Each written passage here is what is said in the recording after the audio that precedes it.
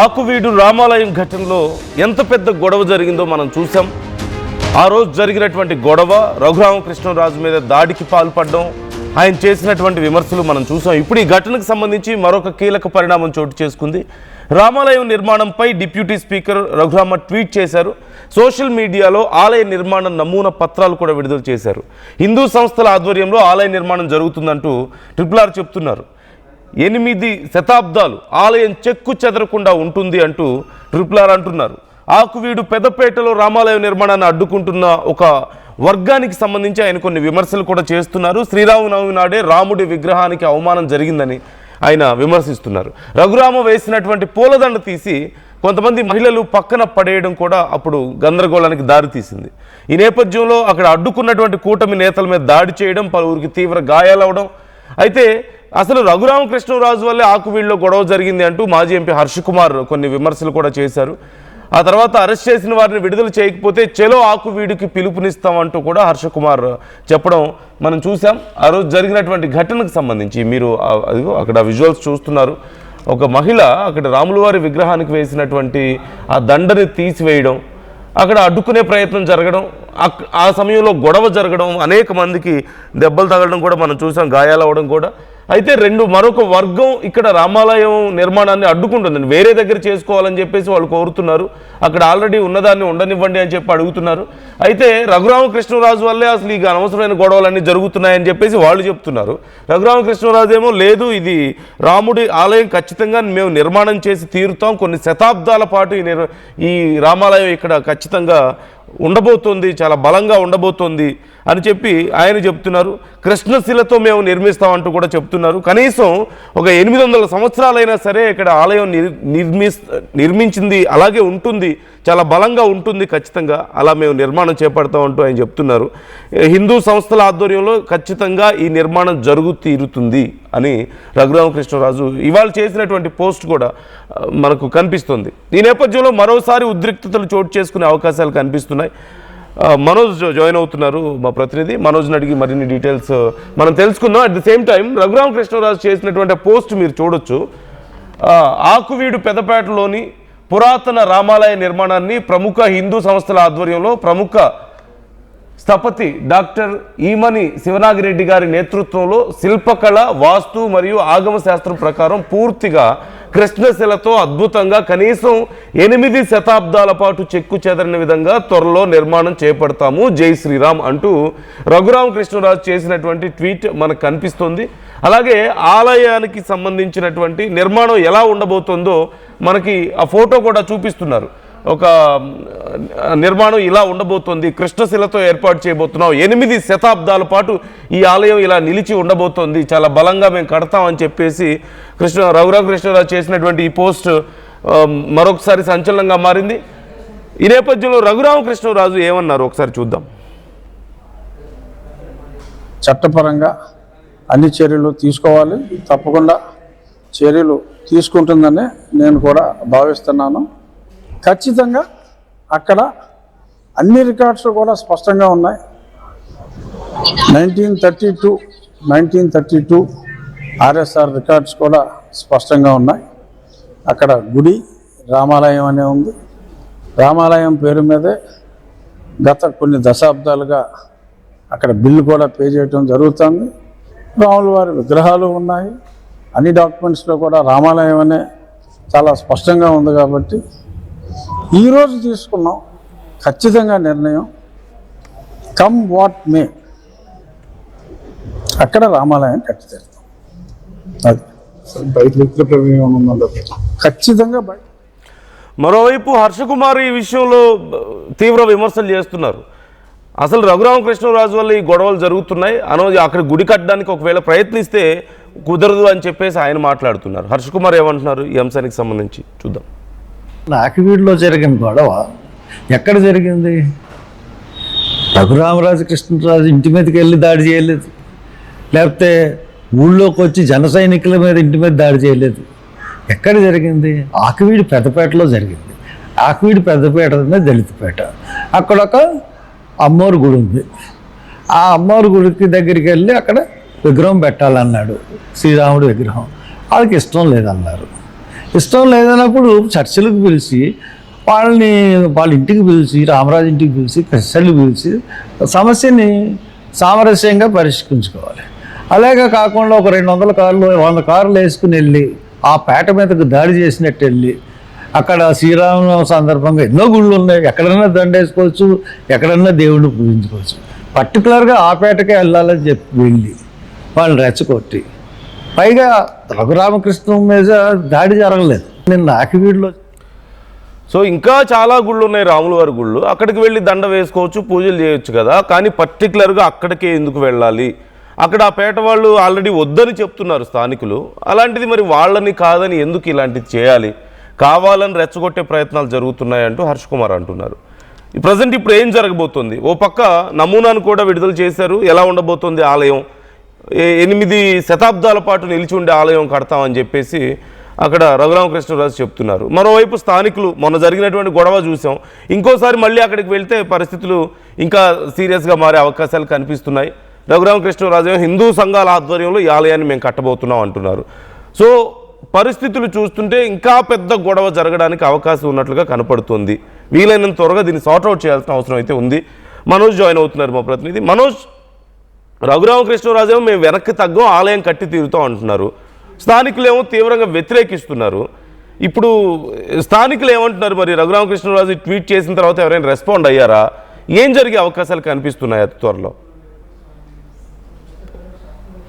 ఉండి నియోజకవర్గానికి సంబంధించి ఆకివీడు మండలం పెదపేటలో జరిగిన శ్రీరామనవమి వేడుకల వివాదం కాస్త రాష్ట్ర వ్యాప్తంగా అతి పెను సంచలనమైన వివాదంగా మారిందని చెప్పాలి. దీనికి సంబంధించి మనం పూర్వపరాల్లోకి వెళ్తే దాదాపు 1932వ సంవత్సరం నుంచి అక్కడ రామాలయానికి సంబంధించిన ఆనవాళ్ళు అనేవి కనిపిస్తున్నాయి. అంతేకాకుండా దానికి సంబంధించిన పత్రాలతో పాటు కొన్ని ఆ స్థలానికి సంబంధించిన దస్తావేజులు పరిశీలిస్తే 1932లోనే అక్కడ రామాలయం అనేది ఉన్నట్లయితే తెలుస్తుంది. దీనికి సంబంధించి కొంతకాలం పాటు రాను ఆ రామాలయం అనేది శిథిలావస్థకు చేరడంతో దీనికి సంబంధించి ఆ ఆలయాన్ని ఎవరు పట్టించుకోకపోవడంతో అక్కడ కొంతమంది ఆ పెద్దపేటకు సంబంధించిన కొంతమంది స్థానికులు అక్కడ దానికి సంబంధించి గొంతేనమ్మ సంబంధించి ఒక పండుగను అయితే ప్రతి ఏడాది చేసుకుంటున్నారు. అయితే దీనికి సంబంధించి ఇది జరుగుతున్న కొద్దీ గత కొన్ని రోజుల క్రితం రఘురామకృష్ణరాజు ఆ గ్రామం అయితే వెళ్ళిన సందర్భంలో ఆ ఆలయాన్ని చూస్తారు. అయితే ఈ ఆలయాన్ని చూస్తున్న క్రమంలో ఇక్కడ రామాలయం ఉంది కాబట్టి ఎందుకు ఈ ఆలయాన్ని ఈ విధంగా వదిలేశారంటూ కూడా అక్కడ అధికారులు స్థానికులపై కూడా రఘురామకృష్ణరాజు మండిపడ్డారు. ఇక్కడ నేను రామాలయాన్ని కట్టి తీరుతానని ఒక 20 రోజుల క్రితం అక్కడ మాట్లాడి వెళ్ళిపోయిన పరిస్థితి. అయితే స్థానికంగా ఉన్న కొంతమంది ఇక్కడ రామాలయాన్ని కట్టడానికి వీల్లేదంటూ కూడా రఘురామకృష్ణరాజు చెప్పడంతో అప్పుడే రఘురామకృష్ణరాజు కూడా నేను ఇక్కడ రామాలయం కట్టి తీరుతానని అయితే అక్కడ వెళ్ళిన పరిస్థితి కూడా నెలకొంది. అయితే ఈ శ్రీరామనవమి వేడుకలకు సంబంధించి ఈ రామాలయం వద్దకు రఘురామకృష్ణరాజు వచ్చి ఆ లోపలికి వెళ్ళి ఆ రాముడి విగ్రహం ఏదైతే ఉందో అక్కడ దండ వేసిన నేపథ్యంలో అక్కడ గొడవ అయితే వచ్చింది. ఈ గొడవ నేపథ్యంలో ఒక్కసారిగా రాళ్లు రూకున్నారు.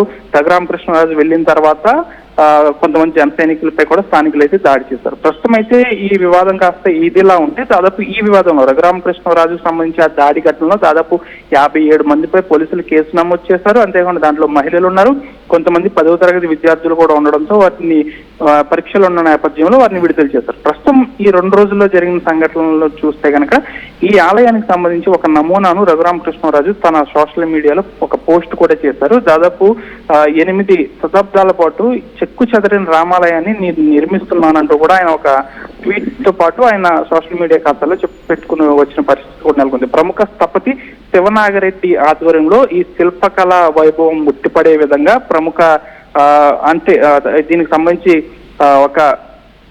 ఒక రాతి కట్టడానికి సంబంధించి ఈ ఆలయంని నిర్మిస్తామని రఘురామకృష్ణరాజు తన సోషల్ మీడియా ఖాతాలో పెట్టుకొచ్చిన పరిస్థితి కూడా నెలకొంది. అయితే దీనికి సంబంధించి గత కొన్ని రోజుల క్రితమే దీనిపై మాజీ ఎంపీ హర్ష కుమార్ కూడా మాట్లాడిన పరిస్థితి. రఘురామకృష్ణరాజు అక్కడ రెచ్చగొట్టే ప్రయత్నాలు చేస్తున్నారంటూ కూడా ఆయన కూడా పిలుపునిచ్చారు. చెలో ఆకివీడు పిలుపునిస్తే పరిస్థితి వేరేగా విధంగా ఉంటుందంటూ కూడా ఆయన చెప్పుకొచ్చారు. అయితే మనం ఈ ఆకివీడు పెదపేట రామాలయం విషయానికి వస్తే దాదాపు అక్కడ రామాలయ నిర్మాణానికి కొంతమంది సహకరిస్తున్నప్పటికీ రఘురామకృష్ణరాజు చెప్పుకొస్తుంది ఏంటంటే దళితుల ముసుగులో ఉన్న కొంతమంది క్రిస్టియన్లు ఈ రామాలయాన్ని అడ్డుపడుతున్నారు. అంతేగాని అక్కడ ఎవరికి ఈ రామాలయం కట్టడానికి ఎవరికి అయిష్టంగా లేదు, అందరూ ఇష్టపడుతున్నారు. ఎందుకంటే అది రామాలయమే కాబట్టి అక్కడ రామాలయాన్ని కడితే వచ్చే ఇబ్బంది ఏంటంటూ కూడా రఘురామ కృష్ణరాజు చెప్తున్నారు. కొంతమంది దళితుల ముసుగులో ఉన్న క్రిస్టియన్లు అక్కడ రామాలయం కడితే వారికి వచ్చే ఇబ్బంది ఏంటంటూ కూడా రఘురామ కృష్ణరాజు చెప్పుకొస్తున్నారు. అయితే ఈ వివాదం జరిగింది. ఈ వివాదం జరిగిన తర్వాత మరొకసారి ఇప్పుడు తన రఘురామ కృష్ణరాజు సోషల్ మీడియా ఖాతాల్లో ఇప్పుడు గొంతెనమ్మ ఆలయం అక్కడ కట్టాలని ఇప్పుడు స్థానికులు అంటున్నారు కదా. గొంతెనమ్మకి సంబంధించి అంటే మనకి ఇప్పుడు గ్రామ దేవతలు ఉంటారు సహజంగా, స్థానికంగా ఏ ఏ ప్రాంతాల్లో ఆ ప్రాంతంలో గ్రామ దేవతలను మనం చూస్తూ ఉంటాం కదా. సో అక్కడ ఏదన్నా ఒక విశిష్టత ఉందా? మనకేమైనా డీటెయిల్స్ ఐడియా ఉన్నాయా అక్కడ ఉన్నటువంటి ఇంపార్టెన్స్కి సంబంధించి? స్థానికులు ఎందుకని ఆ ఆలయం గురించి అంత స్ట్రిక్ట్గా ఉన్నారు? వాస్తవానికి ఉభయ గోదావరి జిల్లాల్లో ఎన్నో పూర్వం నుంచి ఒక సాంప్రదాయం అనేది ఉంది. ఉభయ గోదావరి జిల్లాలో స్వతంత్రం నాటి నుంచి కూడా ఏదైతే మనం అప్పట్లో దళిత వాళ్ళని పిలిచేవారు కాబట్టి అక్కడ గొంతెనమ్మ పండుగ అని ఒకటి చేసేవారు. అంటే ఒక నందిని ఇక్కడ దళితులు అనేవారు పూజించేవారు. అప్పుడు పూజించిన క్రమంలో చిన్న చిన్న ఆలయాలు ఉండేవి. లేని పక్షంలో అక్కడ చిన్న గుడిసె లాంటిది వేసి సంవత్సరంలో ఒక రోజు అక్కడ ఉన్నవారు, ఆ పేటలో ఉన్నవారు దళితులు కొంతమంది అక్కడ గొంతెనమ్మ అనే ఒక దేవతను పూజించి ఆ ఒక్క రోజు పూజలు చేసేవారు. అందరూ కలిసికట్టుగా అక్కడ భోజనాలు చేసుకుంటూ ఉండేవారు. అయితే ప్రత్యేకంగా సాంప్రదాయం అనేది అక్కడ లేదు. గొంతెనమ్మ అనే మహిమ అదేదో ఉందో అక్కడ వెలవడం కానీ అలాంటి ప్రాసెస్ ఏమీ లేదు. వాస్తవానికి మనం చెప్పుకుంటున్న ఇప్పుడు ఏదైతే వివాదం జరుగుతున్న ఆలయం ఉందో 1932 సంవత్సరంలోనే దానికి సంబంధించి రామాలయ కట్టడం అనేది అక్కడ ఉంది. దానికి సంబంధించి దస్తావేజులు కూడా ఉన్నాయి. దస్తావేజుల్లో కూడా అది రామాలయం అని ఉంది. అంతేకాకుండా గ్రామ రికార్డ్స్ లో కూడా ఆలయం అని ఉంది. అయితే దీనికి సంబంధించి రఘురామ కృష్ణరాజు చెప్తున్నది ఏంటంటే ఆ ఆలయాన్ని కబ్జా చేయాలని అక్కడ దళితులు ముసుగులో ఉన్న కొంతమంది క్రిస్టియన్లు చూస్తున్నారు. అక్కడ ఆలయాన్ని నిర్మించకపోతే అక్కడ ఆ స్థలం అంతా కూడా కబ్జాకు గురయ్యే అవకాశం ఉంది. రాబోయే రోజుల్లో ఆ కబ్జాకు గురైన స్థలంలో దళిత క్రిస్టియన్ల ముసుగులో ఉన్న కొంతమంది సంఘాల వాళ్ళు అక్కడ ఏమి నిర్మాణం చేపడతారో తెలియదు. కాబట్టి ఇప్పుడు ఉన్న రామాలయాన్ని కాపాడుకోవాల్సిన అవసరం అందరి మీద ఉంది. కాబట్టి నేను ఈ రామాలయ ఆలయానికి నిర్మాణానికి నేను పూనుకున్నాను. దీనికి సంబంధించి 8 శతాబ్దాల పాటు చెక్కు చెదరని రీతిలో నేను ఆలయాన్ని నిర్మిస్తానని చెప్తున్నాను. అయితే ఈ రోజు మనం స్ట్రైట్ గా మాట్లాడుకుంటే ఇప్పుడు గొంతెనమ్మ అనే దళితుల దేవత అయినప్పటికీ, అంటే అక్కడ దళితులు పూజించే ఒక అమ్మవారు అయినప్పటికీ ఖచ్చితంగా వాళ్ళందరూ హిందువుల కిందకే వస్తారు. హిందువులై ఉన్న వాళ్ళు ఖచ్చితంగా శ్రీరాముడి విగ్రహానికి వేసిన మాలని అంత ఈజీగా తొలగించడం అనేది జరగదు. వాళ్ళు ఒకవేళ వాళ్ళ దేవతకు సంబంధించిన గుడి కట్టుకోవాలనుకుంటే కట్టుకోవచ్చేమో, బట్ అలా విగ్రహానికి వేసిన మాల అంత ఈజీగా తీసేశారంటే అంత రెక్లెస్గా కొంచెం బయట కొన్ని అనుమానాలు అయితే వ్యక్తం అవుతున్నాయి. సో స్ట్రైట్గా మాట్లాడుకుంటే నిజంగా దీంట్లో రియాలిటీ ఎంత అంటే క్రిస్టియన్స్ కొంత ఏదో ఆక్యుపై చేసుకునే ప్రయత్నం చేస్తున్నారు అన్న వాదనలో రియాలిటీ ఉందా? ఇప్పుడు రఘురామకృష్ణరాజుకి ఎందుకు అంత ఇంపార్టెంట్ అయింది ఈ ఆలయం కట్టడం అనేది? అంటే ఇంత గొడవలు పడి ఇంత చేసి ఇంత వైలెన్స్ త్రూ ఇది సాధించుకోవాల్సిన పరిస్థితి ఎందుకు వచ్చింది రఘురామకృష్ణరాజుకి? వాస్తవానికి ఆ శ్రీరామనవమి రోజు నాడు రాముని విగ్రహం మెడలో ఉన్న ఆ పూలదండను ఆ మహిళ ఆ విధంగా తీసేసింది. కాబట్టి నిజంగా హిందువులు అయితే ఆ విధంగా ఎవరు చేయరు కదా అనేది రఘురామకృష్ణరాజు వాదన. ప్రత్యేకంగా ఒకప్పుడు అక్కడ అందరూ కూడా గొంతెనమ్మ పండుగ చేసుకునేవారు. ఒకప్పుడు వారందరూ కూడా హిందువులే. రాను రాను కొన్ని క్రైస్తవ సంఘాల ఆధ్వర్యంలో వాళ్ళందరూ కూడా మట్ట మార్పిడికి గురి అవ్వడం వల్ల వాళ్ళు ఈ విధంగా చేస్తున్నారు అనేది రఘురామకృష్ణరాజు వాదన. ప్రత్యేకంగా కొంతమంది క్రిస్టియన్ సంఘాలు ఎవరైతే ఉన్నారో వాళ్ళ వల్లే వీరు ఇలా నడుచుకుంటున్నారు. క్రిస్టియన్ సంఘాలకు సంబంధించి కొంతమంది ఎవరైతే మత పెద్దలు ఉన్నారో వారందరూ కూడా ఇక్కడ లోకల్ గా ఉన్న ఈ దళితులను మోసం చేస్తూ వారిని రెచ్చగొట్టే ప్రయత్నాలు మాత్రమే ఎవరైతే దళిత సంఘాలు ఉన్నారో వారు చేస్తున్నారని రఘురామకృష్ణరాజు చెప్పుకొస్తున్నారు. అయితే తనకు ఎందుకు రఘురామకృష్ణరాజుకి ఎందుకు ఇంత ఇంపార్టెన్స్ వచ్చింది, అక్కడ ఆలయ నిర్మాణం ఎందుకు కట్టాలి అనే ప్రశ్నకు సమాధానం ఏంటంటే దాదాపు ఇది ఎప్పుడో పూర్వం నుంచి కూడా 1932 సంవత్సరం నుంచి కూడా అది రామాలయం కాబట్టి ఒక రామ భక్తునిగా రాముడు అంటే అందరికీ ఆదర్శప్రాయుడు. కుల మతాలకు అతీతంగా రాముడు అంటే ఒక గొప్ప వ్యక్తి.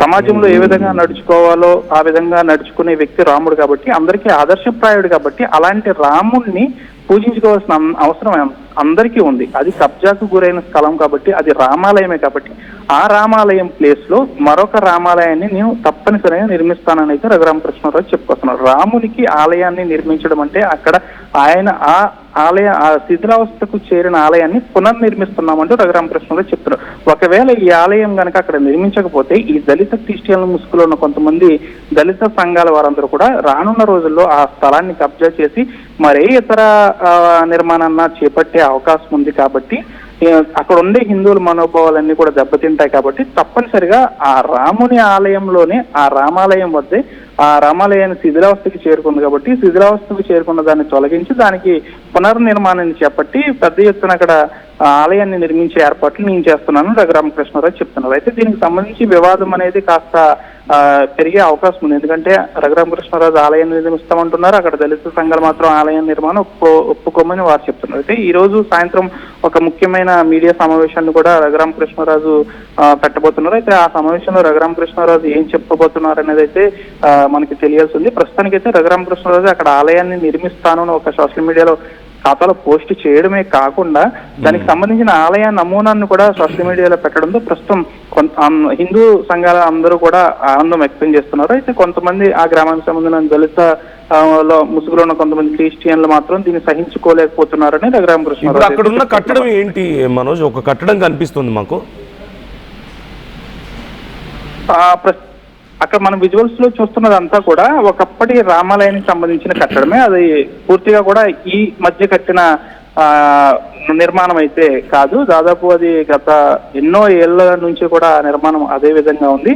అయితే కొన్ని సంవత్సరాల క్రితం నుంచి కూడా అది కొంచెం కబ్జాకు గురవుతుంది. దాన్ని కబ్జాకు గురి చేస్తున్నారంటూ కూడా అక్కడ కొంతమంది హిందూ సంఘాల సభ్యులు కూడా చెప్పుకొస్తున్న పరిస్థితి. ఈ విధంగా కబ్జా అవుతుంది కాబట్టి రానున్న రోజుల్లో ఈ ఆలయం కాస్త, అసలు రాముని ఆలయం కాస్త భవిష్యత్తులో ఏమవుతుందో అనే భయంతో ఇక్కడ రామాలయాన్ని పునర్నిర్మించుకోవాల్సిన అవసరం ఎంతైనా ఉందనేది హిందూ సంఘాలు అయితే చెప్పుకొస్తున్న పరిస్థితి. రఘురామకృష్ణరాజు ప్రస్తుతం తన సోషల్ మీడియాలో ఈ ఆలయ నిర్మాణ నమూనాను కూడా పెట్టడంతో ప్రస్తుతం ఇది చర్చనీయాంశంగా మారింది. నందు right, thank you Manoj, thanks for the details.